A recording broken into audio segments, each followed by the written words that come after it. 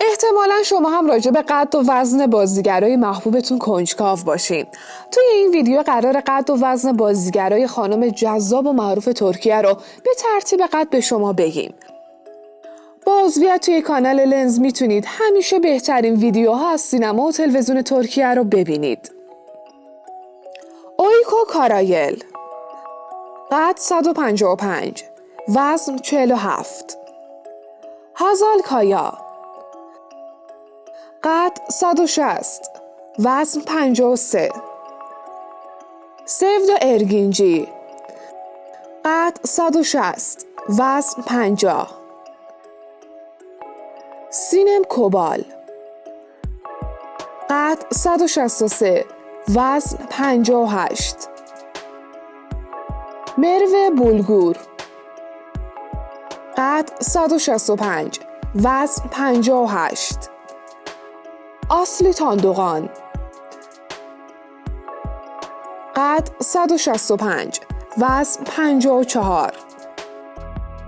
نورگول یشیل چای،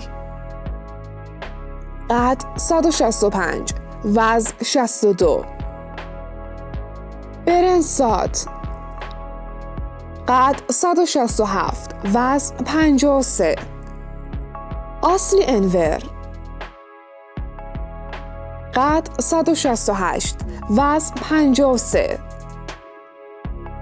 الچین سانگو، قد 168، وزن 58. نسلیان آتاگول،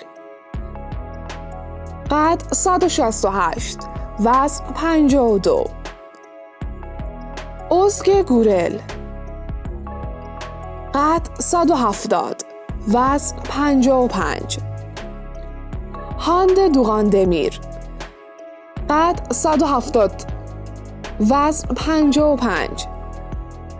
برجو بیرجیک، قد 170، وزن 54. سونگول اودن، قد 170، وزن 57. دمت ازدمیر، قد 170، وزن 56. دنیز بایسال، قد 171، وزن 56. بیرج آکالای، قد 173، وزن 58.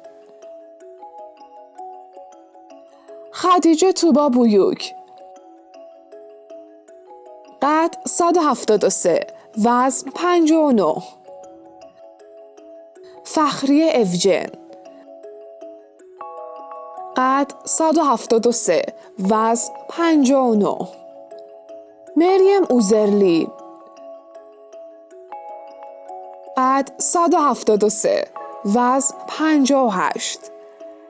هاند ارچل، قد 175، وزن 55. سرنا ساریکایا، قد 175، وزن 53. سلن سویدور، قد 178، وزن 54. جان سودره، قد 179، وزن 56. برگزار کورل، قد 180، وزن 67.